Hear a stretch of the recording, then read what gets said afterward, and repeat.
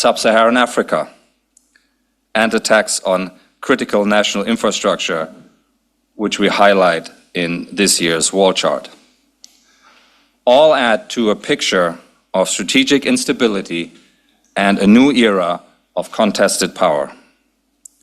Many governments are responding by focusing more on their defense needs, driven in part by the realization that countries such as Russia, but also others, will embrace the use of force to get their way. Finland last year joined NATO, and Sweden is close. The Philippines this past year has granted the US expanded basing access, while Australia and Japan have conducted reciprocal F-35 combat aircraft deployments. The war in Ukraine over the past year has been tumultuous and revelatory. Tensions within Russia were dramatically exposed by the Wagner Group revolt. On the Western side, 2023 laid bare the challenges of scaling up production to keep pace with the conflict's demands, as illustrated by the failure of EU member states to meet their pledge to deliver Ukraine 1 million rounds of artillery ammunition. While Ukrainian forces in early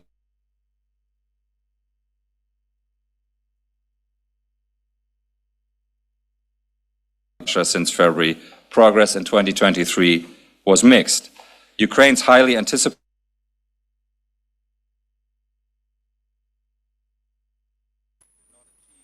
gains Kyiv's supporters had hoped, slowed by Russian fortifications and minefields. Ukraine had much greater success in its deep battle, striking targets in Crimea, disabling energy infrastructure, and even reaching Moscow with some uninhabited aerial vehicles. Kyiv continues to target Russia's Black Sea Fleet with great effect. It has eroded the fleet's operational effectiveness through creative strategy and tactics, including the use of uninhabited maritime vehicles, homegrown UAVs and missiles, and of course, the employment of Western-supplied cruise missiles. Russia's losses have been significant. In 2023, they included a submarine and further surface ships, as well as combat and combat support aircraft. On land, we assess that Russia's war has costed around 1,120 tanks in the past year, along with roughly 2,000 armored personnel and infantry fighting vehicles. Tank losses since the full-scale invasion began now likely top 3,000. To put that into perspective, Russia's battlefield tank losses are greater than the number it had when it launched its offensive in 2022. Moscow has been able to replenish, but the vehicles that emerge from Russia's production facilities are, in most cases, not new. Russia has taken equipment out of storage and pressed it into battle, at times at a rate of 100 tanks a month. Russia should be able to sustain that for about 2 to 3 more years, although in doing so, it has to sacrifice quality for quantity. Ukraine's losses also have been heavy and replenished largely through Western support. The effect has been to improve the quality of Ukrainian equipment, although at the cost of greater logistical complexity. Still, Russia's missile and UAV barrages are taking a toll on Ukraine, highlighting Kyiv's reliance on its Western partners, in this case, for air defense. Western governments find themselves once again in a position where they must decide whether to furnish Kyiv with enough weapons to deliver a decisive blow, rather than merely enough not to lose. While the war in Ukraine is a reminder of continuity in conflict, featuring trench warfare and heavy use of artillery, it has also been marked by Kyiv's search for asymmetric advantage through, for instance, the novel use of uninhabited maritime and aerial vehicles. Fighting in Gaza and beyond after 7 October demonstrated again how effective asymmetric operations can be. Hamas launched its brutal attack on Israel with a combination of rockets, armed UAVs, and mobile and dismounted light infantry. all wrapped around high levels of operational security to achieve surprise and inflict a strategic shock. The Houthis in Yemen have added to the picture with their use of one-way attack UAVs and Iran-supplied missiles to disrupt a major global shipping route. Israel's response to the October attack has been fierce. The IDF has demonstrated the ability to operate in complex urban terrain, even if the intensity of its air campaign and the significant civilian casualties have raised questions about the execution of the operation and the feasibility of the Israeli government's overall objective. In the more than 4 months of fighting, the IDF has operationally dominated but has not achieved its declared war aims. The survival of key Hamas leaders, the continued rocket attacks on Israel, even at reduced rates, and the return of Hamas fighting squads and police forces in northern Gaza illustrate the difficulty for Israel of meeting its maximalist objective of destroying Hamas, announced at the beginning of the campaign. Some estimates put Hamas casualties at between 20 and 30% of the total number of fighters, but the group's insurgent nature ensures that its fighting capability remains significant. Middle East security concerns are not confined to Gaza and the Red Sea, of course. For instance, the Kurds are suffering attacks in Syria and Iraq, two countries where other fighting also persists. These events once again undermined Washington's efforts to diminish its military involvement in the region to focus on its strategic competition with China, which has also intensified over the past year as Beijing ramps up flights into Taiwan's air defense zone and conducts military activities further afield. The deteriorating security landscape has spurred an increase in defense spending that has driven the global total in 2023 to the highest level recorded by the IISS at around $2.2 trillion, up 9% from a year earlier. This year's figure, 2024, will likely be higher again. Many European countries have ramped up investment in their armed forces. In response to Russia's invasion of Crimea a decade ago, NATO's non-US members have hiked defense spending by a combined 32%. Also since 2014, NATO members have on average doubled the investment share of their defense budgets from 15 to 30%, with a marked uplift in 2022 and 2023. And while it is good from a security perspective that European countries are spending more, a lot of money is addressing past underinvestment. To be clear, however, Washington still spends the most overall, representing 40% of global defense spending and 70% of the NATO total. But if the West is spending more, so too are China and Russia. These two countries also represent a high proportion of spending, and the nominal top-line figure for each country understates the purchasing power of those allocations. Russia has raised its official defense budget for 2024 more than 60% year on year. Total military spending now represents 1/3 of its national budget and will reach about 7.5% of GDP, signaling the focus on its war effort. The Ukraine war has highlighted that while money is one issue, the capacity to equip is another. Moscow has had to turn to Iran and North Korea to augment weapon supplies given the high pace of operations. Russia's offshore and domestic industrial efforts have allowed it to regain an edge in artillery fires and sustain its missile attacks on Ukraine. They have also shown how Moscow's commitment to put its economy on a wartime footing has produced results, and that Western sanctions are a somewhat blunt instrument, often requiring years to produce an effect. The West has also ramped up. Backlogs for some of the biggest Western defense companies have jumped to record levels since the war began. demonstrating the appetite in national capitals for more weapons, more ammunition, including air defense systems. But translating orders into output is proving harder. The EU has acknowledged it will miss last year's pledge to provide Ukraine with 1 million rounds of ammunition by next month, highlighting that neither governments nor industry were prepared for the war and are struggling to respond. Western governments have now recognized that they let capacities to equip their armed forces erode to a dangerous level, and that more funding and greater attention on industrial strategies are needed.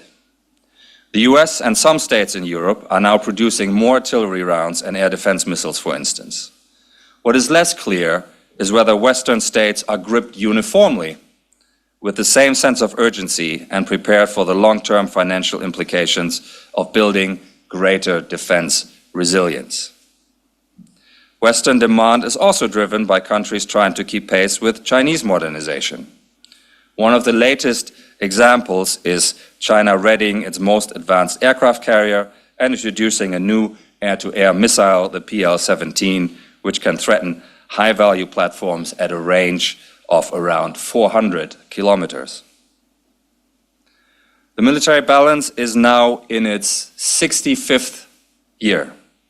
It reflects the work our researchers put into constantly updating and expanding the Military Balance Plus database. It now includes information on uninhabited maritime vehicles, a type of weapon that Ukraine has given prominence by using them against Russia's Black Sea fleet. We have also introduced capability assessments on a wide range of missile systems. In this era of insecurity and heightened geopolitical tensions, the validated open source data of the military balance, providing insights on the armed forces of over 170 countries, military spending around the world, and defense procurements, is of ever-growing relevance. And with that, I'd like to open for Q&A. We have a panel here that includes the editor of the Military Balance and 6 of our senior fellows in the Defense and Military Analysis Program. We'll take questions from the room here, but also we have a group of listeners and watchers and viewers online, and we will also make sure that we have a few that we pull in from the online audience. So the floor is yours. I think we have a microphone somewhere. Who would like to kick us off? Somewhere, yes, there in the back. Sorry, it's right behind the... Hi, Dominic Dudley, Gulf States Newsletter. I'd like to touch on a topic that you haven't mentioned yet, which is the UAE and its involvement in supplying arms to Sudan and perhaps Ethiopia and other parts of the Horn of Africa. Can anyone say anything about what impact that's having and what strategy you think the UAE might be pursuing? Thanks. Jump on that one. I think you can certainly see comparisons in the way the UAE is pursuing its support for a variety of other African actors in East Africa, with the way it's pursued similar strategies elsewhere in North Africa, in Yemen as well. I think this is part of a wider long-term Emirati approach to its exerting its power projection capability. I think it is providing for those actors a useful level of support, both from its own domestic defence industry in terms of supply of arms and munitions, but also in terms of it's not the only actor playing in this space. But I think that it's part of a kind of a wider regional interaction in some of these areas, be it Sudan, be it Eritrea, be it elsewhere in East Africa. Emil, do you want to add a thought to this, or Emil Hokayyem, the Director for Regional Security and also Senior Fellow for Middle East Questions? Thank you. While I can't comment on the specific technology, that's not my saying. What's clear is that the actors that are closely aligned with the UAE have achieved greater battlefield advances in recent time. So there is a correlation. We still have to establish whether there's a causation, whether the quantity of weaponry, where's the quality that is reported to have been sent and so on has been decisive. There may be other factors, but certainly the UAE has developed a model over the years where it supports, sometimes at arm's length or not, some of its allies. The question is, what the UAE, but other Gulf states who have been quite active, not just now, but since the middle of the previous decades, are really seeking. Is it influence? Is it more? Is it access to markets, to minerals, etc.? Thank you. Thank you very much. Yes, please. We'll take the lady here in the second row, and then we'll take one more, and then we'll turn maybe to the online. Hi, thank you very much. Giovanna Coy from Political Europe. I had a couple of questions. The first one would be about Russia's domestic production of weaponry and ammunition. You mentioned that Russia is likely to, in the future, sacrifice quality for quantity. I was wondering if that is already happening and if there are any signs that point to that already. My second question would be about Ukraine's domestic production of weapons and ammunition and how that compares to the aid that it is receiving. Is it growing? Is it dwindling? How basically, to what extent Ukraine is actually relying on any numbers to show that? Thank you very much. Thank you very much. We'll take those, and then we'll get another one in a minute. Fenella, do you want to say a few words about defense industrial questions? And then, Henry, do you want to say a few things about the changing quality-quantity question? Yeah. Thanks, Bastian. So in terms of Russia increasing its capacity, what's kind of unique when you come to Russia is that in the nature of their defense industry being state-owned, they've implemented quite significant restructures in order to bring about efficiencies and modernization enhancements. So we had 14 institutes brought under Rostec. So there's that bandwidth with which to make those changes, to change the personnel at or the leadership at the top of the defense industry as well. The other thing to consider with Russia is that we're also seeing companies increasing labor hours, introducing multiple shifts, reducing downtime. So those are the kind of measures that can be implemented in order to increase production where perhaps other countries might not be able to do that. You also have with Russia, and we might touch on the defense budget later, but in terms of input costs being so much lower relative to that in Europe, the security of supply and the domestic production costs are that much lower that they're able to implement the defense budget refocus and increases within the industry in order to ramp up production perhaps a little bit faster than the West can at this point. Henry? To the question on have they already begun sacrificing quality for quantity? Yes. I think Russia, even pre-war, had to make sacrifices in terms of the quality it wanted, in particular in the land domain, in terms of its weapon systems in order to meet the quantity requirements. That has only gotten worse for them since 2022. And you can see older and older designs are pulled out of store. Russia is, particularly in land, very dependent upon its old Soviet-era legacy stores for meeting the demand for new armoured fighting vehicles and artillery pieces for the conflict. And you can also see that in terms of personnel recruitment, that they are sacrificing training and quality in order to meet quantity on the battlefield. I think this ties in with early kind of Russian reactions to the failure of their initial offensive in 2022 being about an insufficient quantity, and that there's been a particular drive to build up mass and get massive quantity in terms of their ground capabilities over the last year and a half. Thank you. Other points to add from other domain perspectives, or Benya? Don't forget, both sides are attacking each other's defense industry.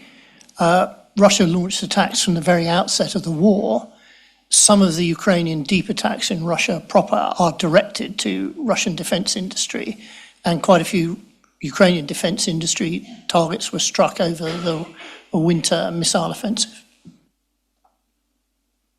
Thank you very much. We'll take one more question over here, yeah? If we can get the microphone. Thank you. Thank you very much. My name is Kim Sen-Gupta with the Independent newspaper.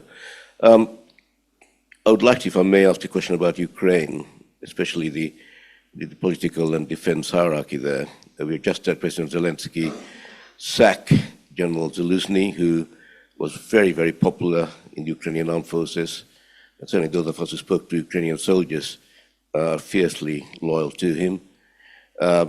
And not only is he popular in the armed forces, he's popular in the wider population as well. Now, we've had in the last 5 months the sacking of Reznikov, the defense minister. We have the sacking of all deputy defense ministers. We have Mr. Pishtaiko, who was a very effective ambassador here, who was sacked for criticizing Mr. Zelensky last July, and he hasn't been replaced yet. I just wondered what the panel view was. And Ben, you probably met Zelensky, didn't you, in Ukraine? You know what the panel's view is on this sort of turbulence in the Ukrainian hierarchy at this, very crucial time of the war. Thanks. Thank you. I mean, I don't think we have any insider information on the dynamics within the government. But Ben, do you want to perhaps say a few words about the civil-military dynamics at play? I was in the British Army in 1990 when Mrs. Thatcher was replaced by John Major, which was a matter of interest. It wasn't particularly unsettling because the defence team continued, even though it was the build-up to the 91 Gulf War. But look, heads of government have a perfect right to arrange their senior team around them, be it ministers or the senior military. And you're right, Kim, Zaluzhny was a tower of strength. He was obviously very successful in the first year, particularly in fighting off the invasion and mounting the 2 counterattacks. But of course, the counteroffensive failed under his watch as well, and it's too early to provide a full verdict on this. What I think is interesting was that in Zelensky's statements and in the statements of Zaluzhny's successor, both basically reinforced points that Zaluzhny had made recently in his op-ed on CNN and the paper he published as well, was that the battlefield was becoming positional, but also that Ukraine and its allies needed to put more effort into using technology to gain battlefield advantage and to reduce Ukrainian casualties, including making more use of UAVs, both for surveillance and for attack, improving counter-battery capabilities, improving minefield breaching, improving Ukraine's reserve formations and the command and control. So clearly there's a lot of continuity in strategic thinking, but there are difficult decisions Ukraine is going to have to make, particularly on the extent to which it mobilizes more of its population for service on the front line. Thank you very much, Ben. Robert, I'll ask you to pull out perhaps 1 or 2 from our online audience. Robert. Yeah, absolutely. So one for Nick and one for Fenella, I think. Nick, the one for more in your domain is question about the use of uninhabited maritime vehicles in the Black Fleet, in the Black Sea, how effective it has been for the Ukrainians, but also kind of the question, is there a risk of commercial shipping being hit, targeted by mistake, so just the effectiveness of that campaign and the implications, perhaps the wider implications. And then Fenella, a question about a Russian arms industry and how the domestic demand or the demands of the war may be impacting Russia's export capacities. Nick, do you want to kick it up? Sorry. Yes, sure. Thanks. In terms of the use of unmanned systems in the Black Sea, in some ways you could argue that Ukraine is really doing an approach that down the centuries in many ways weaker powers have employed in order to challenge apparently stronger battle fleets at sea, which is to use innovation and asymmetric means to deliver effect. Except that we are using a new set of technological capabilities. But I think it is significant what those technical capabilities are. Clearly, it delivers at an affordable but an effective way a capability that is embarrassing the Black Sea fleet. It's in some ways surprisingly found it difficult to respond to that, but it is also clearly frustrating its ability to operate, its ability to deliver even a close blockade or to operate in the Western Black Sea, and it has highlighted both the potential of such capabilities as a potential threat and risk to fleets, but also underscored that actually the uncrewed systems, surface systems, airborne systems, and perhaps even to a greater extent subsurface systems in the maritime environment can also potentially provide solutions to these challenges. And in a way, the uncrewed space has been one where in the maritime, navies have to some extent been behind the curve, and they are now catching up for various reasons, and this will provide a spur to that, and it's one reason why we are in the book this year for the first time cataloguing and recording those capabilities as they have started to mature significantly. The navies have been experimenting with them some time, but are now, for a various set of reasons, starting to place bets and actually turn these into operational capabilities.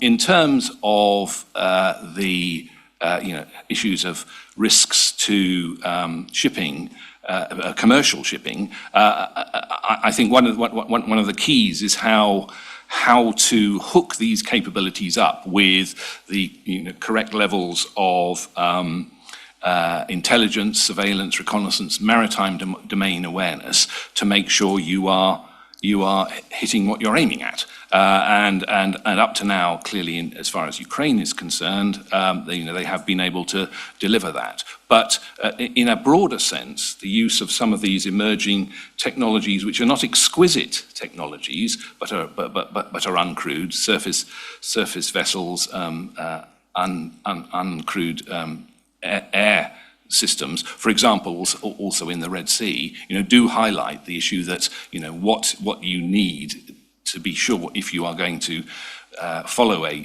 particularly targeted strategy is you need the kill chain, if you like, the ability to have the intelligence to identify, but also then to track, spot, and target those capabilities, and that is a key element to it.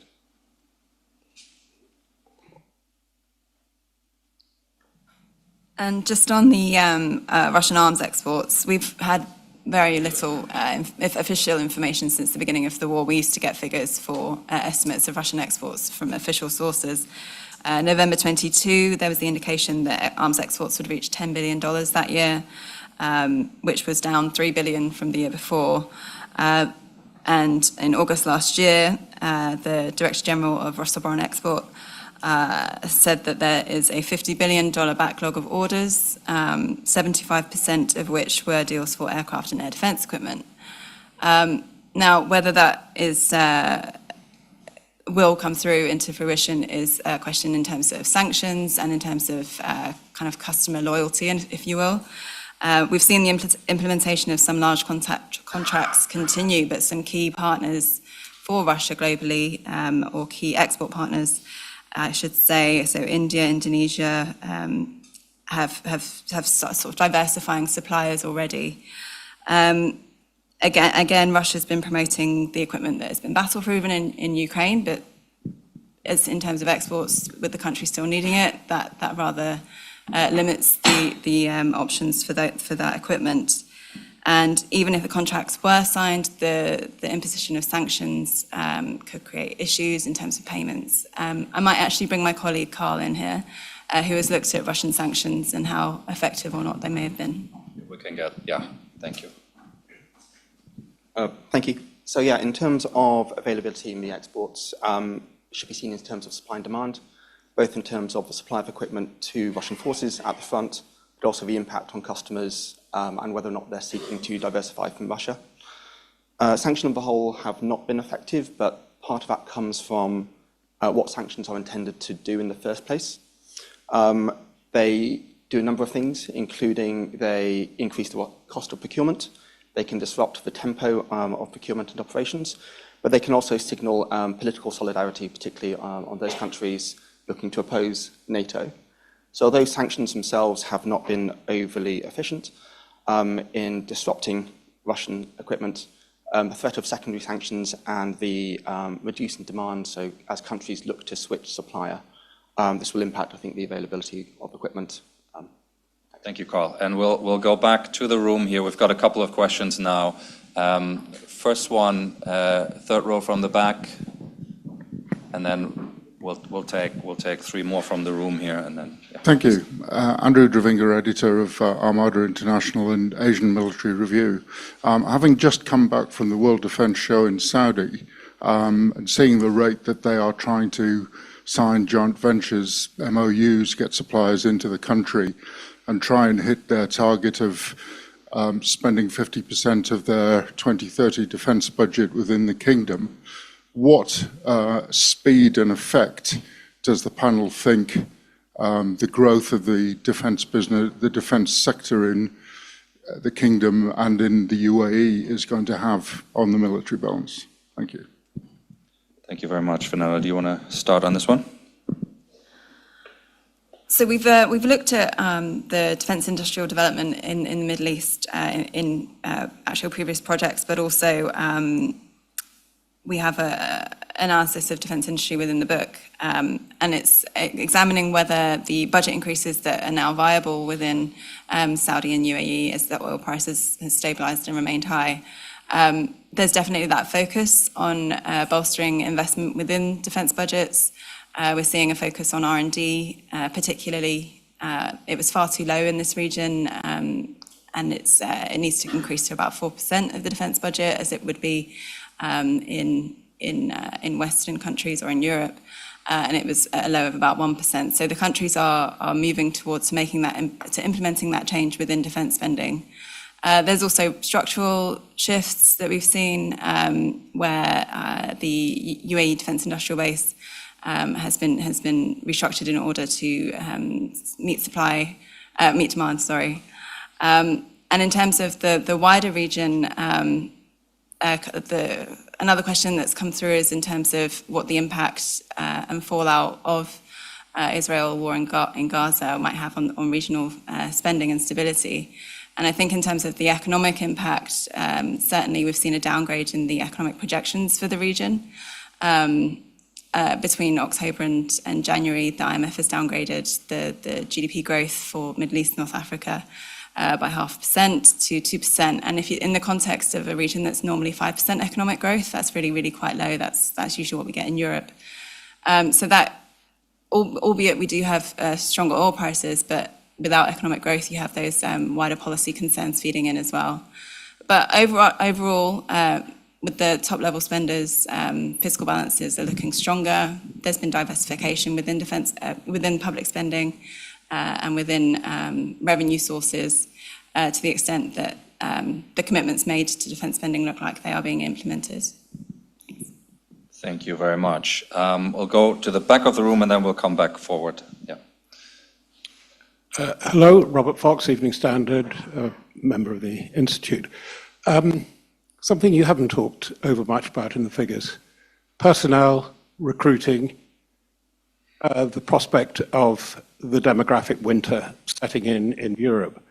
First of all, could you say personnel and recruiting, the prospects which look gruesome for both Ukraine and Russia over the next 4 or 5 years?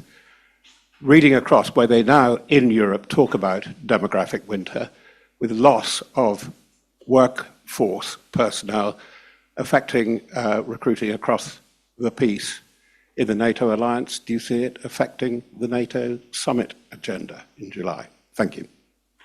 Thank you very much. James, can I ask you to start on this one? If we can get a microphone to James, please. James Hackett, Head of Defense and Military Analysis.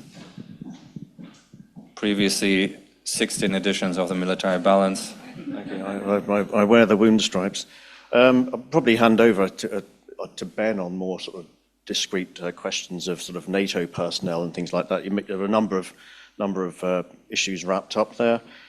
Ukraine and Russia, the big question is over mobilization, and whether there'll be mobilization by Russia in advance of the election.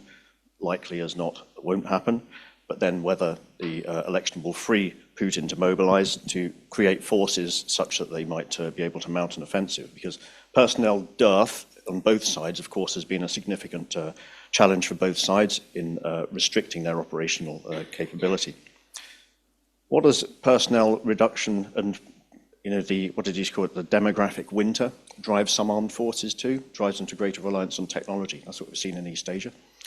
So you can see with Singapore Armed Forces, for instance, and it's driving a technology focus perhaps in Japan as well. So that could be an outcome of this. I think more broadly, in terms of the NATO summit, another thing mentioned, yes, personnel strength in terms of the broader factors of military resilience will be something that states might focus on. But I think if you look at the resilience question more broadly, it's not just a defense resilience question, it's a national security resilience issue that I think needs to be focused on. This is taking it slightly more broad than personnel, because you have a broadening of the attack surface. You have defense challenges to states, personnel is one of those, but you have also highlighted now a broader and deeper range of national security challenges to states, be they from disinformation, misinformation, cyber living off the land. So yes, the defence debate, I think, will be prominent in the NATO summit. Of course it will. Personnel will be prominent there, of course, as well. But we've seen in alliance declarations over the last years a greater focus on national security in the round, because civil resilience is a broader challenge than simply defence personnel. Thank you very much. Ben, do you want to add to? Yeah. Specifically for Ukraine, there's a couple of factors. One, widely reported in the media, that the average age of a combat infantryman on the front line in Ukraine is early 40s, which of course is very different from the average age of combat infantrymen in most armies. Ukraine appears to have taken a strategic decision to protect its youth, to protect its investment in the future. How long it can continue to do that, I think, is a very difficult question. And it was notable that towards the end of last year, Ukraine's parliament threw out some government proposals to effectively widen the draft. With Russia, of course, a factor we haven't discussed yet was the massive flight of talent that accompanied that mobilization at the end of 2022. But they've had the advantage that they've mobilized their state-owned defense industry and the people who work in it, as indeed has the US Army, who, as we say in the book, have mobilized their state-owned artillery ammunition production facilities. But look, when we look at Europe and the West, yes, there are demographic problems. We have seen various efforts to counter them, including the widespread removal of all restrictions on the employment of women. But unsurprisingly, very few women have volunteered to serve in the combat arms, which actually reflects the wider employment of women in civil society. And it's well known that both the UK and US have difficulties in recruiting at the moment. Of course, they're challenged by a buoyant economy. Now, within IISS, we try very hard to be impartial, but speaking personally, I do wonder how much damage has been done to the profession of arms in Western countries, particularly the US and the UK, by the unpopular and failed wars in Iraq and Afghanistan. As James says, you can use technology to a certain amount to address this, but mass count and numbers count, and I think we're far from being able to reduce the size of an infantry fire team from 4 soldiers to 2 soldiers and a couple of Terminator-style robots. So there are really difficult questions and questions about pay compatibility. And indeed, there are also, I think, awkward questions which by and large aren't discussed in public by Western armed forces about the extent to which they can recruit people from foreign countries. You know, France, if you like, has an enormous advantage from having its foreign legion, the details of which are in the French section of the military balance. Thank you, Ben. We'll take 2 more from the room here, if you can get them. Yeah, and then we'll come your way. Yeah. Good morning, thanks. James Landale, diplomatic correspondent at the BBC. I wonder if the panel can tell us what they think NATO countries should do to prepare for the possibility of a Trump presidency. Thank you very much. Robert, do you want to start on this one? I mean, I've got some thoughts as well, but why don't you kick us off? Yeah, one, I've always like to caution, let's not prejudge November 5th. You know, there's a lot of time between now and then. And I think I will at one point hand off to Fenella because she'll have, I think, some numbers to talk about how much actually has happened. I also think it's kind of important to remember 2 other things.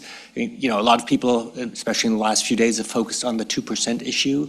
This is a long-standing U.S. concern and pressure been put on the Europeans to spend more on defense long before the 2016 election change. So this goes back many administrations, and we see some numbers that has had an effect.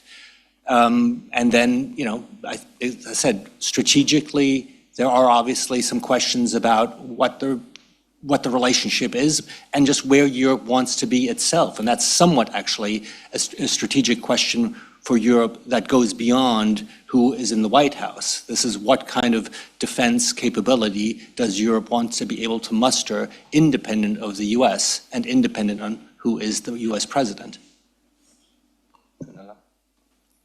Sure, thanks, Robert. So yeah, in terms of figures, we have seen, as you saw in the opening slides, significant growth since 2014 in NATO defence spending. 2014 presenting one of the pivotal points in the timeline of NATO non-US NATO defence spending. The other one being 2 years ago in 2022, where we saw another pivotal shift. In terms of the number of members reaching the 2% of GDP, we're seeing more and more allies reaching that target. Our data shows in 2023 we had 9 European NATO allies reaching the objective. France is almost there. And that's up from 8 in 2022 and just 2 in 2014. That's just European NATO members. And the average spend as a percentage of GDP has increased over that period as well, from 1.3% to 1.8% last year. So, and the other point is that all 5 NATO states that border Russia are all now achieving the 2% of GDP mark, as you might expect. And as a consequence, we've seen that NATO spending has increased by 32% over that 10-year period. A lot of that growth is in the last 2 years. Ultimately, the European market has undergone a period of significant change over the last 2 years. So even though there was that pressure from Trump to increase spending within NATO, it's certainly that wasn't a pivotal point. It was 2014 and it was 2022. And I think the other fundamentals that you have to look at is the bandwidth with which these countries have the economic capacity to increase defence spending. If you don't have the underlying strength in your public finances, increasing defence spending gets increasingly difficult. So it was actually a timing issue with that as well. Not just the political drivers, the strategic drivers, but also a consideration of the economic constraints. Thank you. I'll ask in a second Dana Allen to also come in on this question. Just one thing that I would want to underline is already out of the Vilnius summit came the message to European NATO allies: you need to do more, you need to do it faster, and you need to do it sooner than your old defense plans suggested. A Trump presidency, I think, would propel that into an even more demanding orbit. But I think the drivers are actually have been there for some time. Dana. Yeah, I just wanted to, in responding to the question, point out that I mean, the question was about how to prepare for a Trump presidency in 2025, but the Trump issue is here now. There's a $60 billion renewed aid program for Ukraine that's stuck in the US Congress. I mean, it looks like it's about to pass the Senate. It will then go to the House. And I'd be very uncertain about its prospects in the House. And, you know, it's worth thinking in a little bit about a historical context, how we've gotten here. I mean, the US is spending right now about under 3.5% of its GDP for defense, spending, as it was pointed out, 40% of the world total with that amount. This compares to defense spending in the Cold War that was, you know, reaching 8% and on a much, much smaller GDP. So obviously this isn't really much of a strain for the United States. Public opinion in the United States still strongly favors aid to Ukraine. Republican support is dropping, but it's still at about 50%, while Democratic support for Ukraine remains overwhelming. In Congress, there's a core of what you might call MAGA isolationists, and maybe that's a growing core, but there's still a strong bipartisan majority in Congress, in both houses of Congress, favoring this aid package for Ukraine. So what's wrong with this picture? What's happening? And the simple answer is that Donald Trump is already decisive in this debate because he dominates the Republican Party. If he remains opposed, I'd say it's uncertain, if not doubtful, that the Speaker of the House, Mike Johnson, will bring this aid package up for a vote. There's another way to get it voted on, but it's very cumbersome and I would say very unlikely. So the issue is here now, and I mean, one can juxtapose what's happening in the United States to what the EU did a week or so ago in overcoming the veto of Viktor Orban and coming up with $40 billion in a general aid package that I guess was partly military and partly other things. Thank you very much. We've got a few more. So can I get the microphone, second row? Yes. Thank you. Norbert Newman from Shepherd Media. My question is linked to the previous one, just a bit more specific. Besides ammunition, what types of equipment and what areas of defense European NATO nations should be focusing on or investing money in, especially given that European nations might have to stand up to Russia, either because of a potential Trump presidency or because Russia and China may decide to coordinate an attack, which would force the US to engage in the Asia-Pacific region. And if you could get specifics for Asian nations as well in terms of what kind of equipment they should be focusing on to be able to stand up to China. Okay, so investment priorities. Since it's been quiet on the air domain, I'm almost tempted to start on the air side. Douglas. Thanks, Bastian. Both in the European context and in the Asia-Pacific context, integrated air and missile defence. You know, right across the board from short range all the way up through to BMD. Now, obviously, the top end comes with a significant sticker price, which in the past has been a considerable stumbling block. I think that's probably less so now. Ben, on land? There is a lot of modernisation going on in Europe, but there's an open question on whether it's going on fast enough, particularly if the prospect of a Trump presidency is taken seriously. So Europe could do better on its it could do better on its artillery capability, both conventional artillery and precision artillery. We did a major piece of work last year, which we can share with people on European land forces, and there's a considerable shortage of enablers like military bridging, like intelligence and surveillance and reconnaissance capabilities, ground-based air defence. And there is quite a bit of overlap on what Europe's needs are and also what the emerging lessons from Ukraine are. That shouldn't surprise us. But I'd also say, and this relates to James Landale's question as well, that not only does it need to have that frontline capability, but it needs to have the spares, the ammunition, and the logistics stockpiles sufficient to meet NATO's planning assumption, which is widely assumed to be for 30 days of intense conflict. It also needs to go one step further, and this will cost money, is greatly increase its rate of exercising. Yes, NATO is right now involved in Exercise Steadfast Defender. When it says it's the largest NATO exercise since the Cold War, it's right. But it's far from clear that its level of exercising meets the urgent operational imperative to build up its capability and also increase deterrence against any Russian challenge. Thank you, Ben. Nick, do you want to add a maritime layer?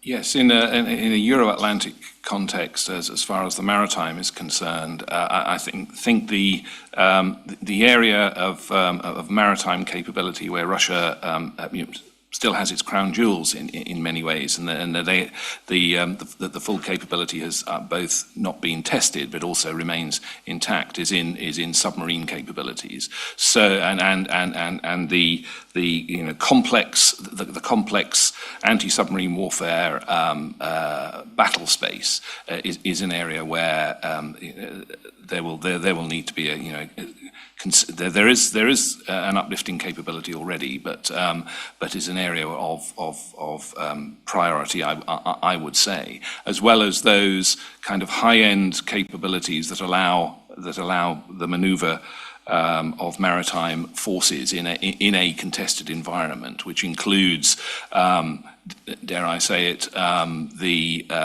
further development and bringing to fruition of European carrier strike capabilities. That's the UK,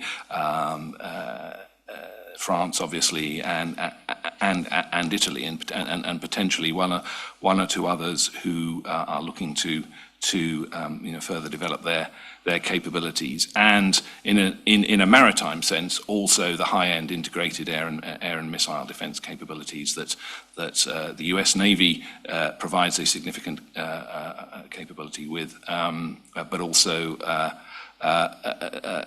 in terms of the broader picture, an enabler. As Ben mentioned, the enabler would be greater maritime ISR to create greater maritime domain awareness. And in some ways, those are the similar challenges in an Asia-Pacific context as well, in terms of the potential challenge at the high level that China would potentially provide, but also in the subsurface area. But I would also say, perhaps in an Asia-Pacific context, where there is a pacing maritime threat across the spectrum, what we are seeing in the Asia-Pacific region is challenges in the maritime space across the spectrum. So it's being able to deliver capabilities for continuous competition from lower-end incremental challenges to the very high end. Thank you very much. And I should point out that a few weeks ago, we've published a paper that looks at long-range strike investments and capability processes in the Pacific. So that's available on the webpage if you would like to follow up on that one. Robert, if I can ask you to go back to the online questions and pull out one or two of those. So we have a basket of Indo-Pacific, China-related questions. So, Maya, for you probably, and Henry, and one perhaps for Fenella. One question, Maya, I think this is up your alley, is really question of the corruption probes in China, and what they may or may not tell us about the will and ability of China to mount a Taiwan operation. Also a question about China's recent nuclear buildup and just where we see that going and what it might be telling us. And then on the Indo-Pacific more broadly, besides China, really what are the countries that are spending more, and is anyone really standing out to be spending more significantly? And I have a few Russia questions too, if we have time for those later. Okay, Maya, why don't we start with you on this round? Thank you very much. So on the impact of the corruption charges across the predominantly PLA rocket force, I think it's, without understanding the details of this, difficult to, in open source, assess the impact of the corruption charges and the changes in personnel at high level in the PLARF on the willingness to fight a potential Taiwan conflict. I think the United States has made an assessment to say that at least in the short term there is potentially an impact on a willingness to be militarily adventurous around Taiwan as a result of this. I think what's important to understand, however, from a broader perspective, is that this development shouldn't lead us to either overestimate or underestimate the PLA's capabilities writ large. These are still developing at pace, even if the PLA faces challenges, for example, in recruitment and retention of talent across the PLA. Notably, last year, this was noted in the PLA Navy's hierarchy statements. And so I think we need to be careful as to whether or not we think this has an impact across the forces writ large. I might leave the nuclear question to Henry, if that's all right.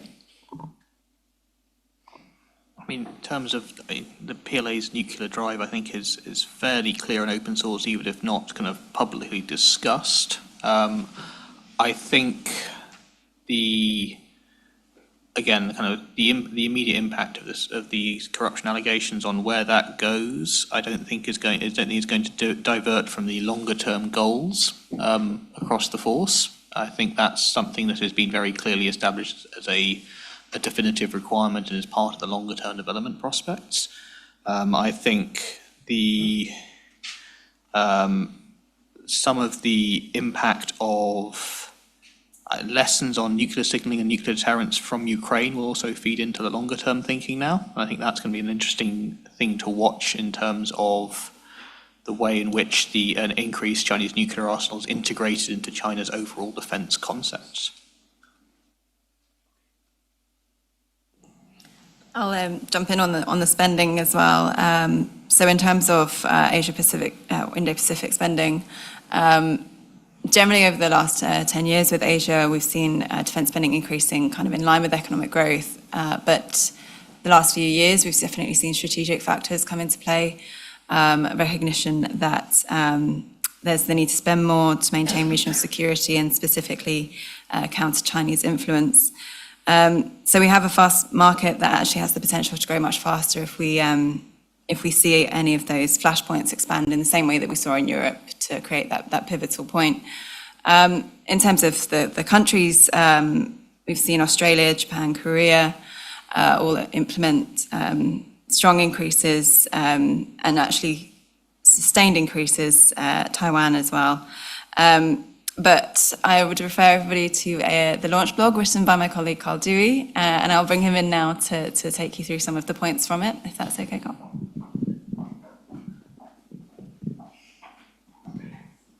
Thanks, Mila. Yeah, absolutely. I think defence spending in the region is driven both by acute factors, so countries such as Taiwan, I think, increased their budgets by over 20%. Same with countries like Vietnam, although that brings it back on trend from a previous decrease.